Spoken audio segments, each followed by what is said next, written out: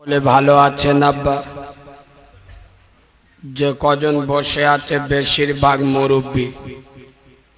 আমরা দোয়া করি আল্লাহ মুরব্বীদের নেক হায়াত দারাজ করে। আমাদের জন মধ্যদের তাদের যা নিয়ত ছিল নিয়ত পূরণ হয়ে গেছে।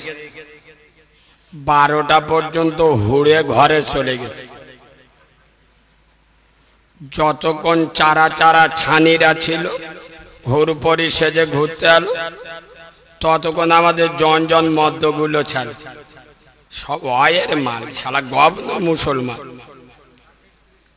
মেয়েরা ঘরে ঢুকে গেছে, মদ্য কোটা ফোন নাম্বার দিয়ে গেছে। আল্লাহর কিরেবা সব তো মোবাইল নাম্বার লিখে নিয়ে আসে।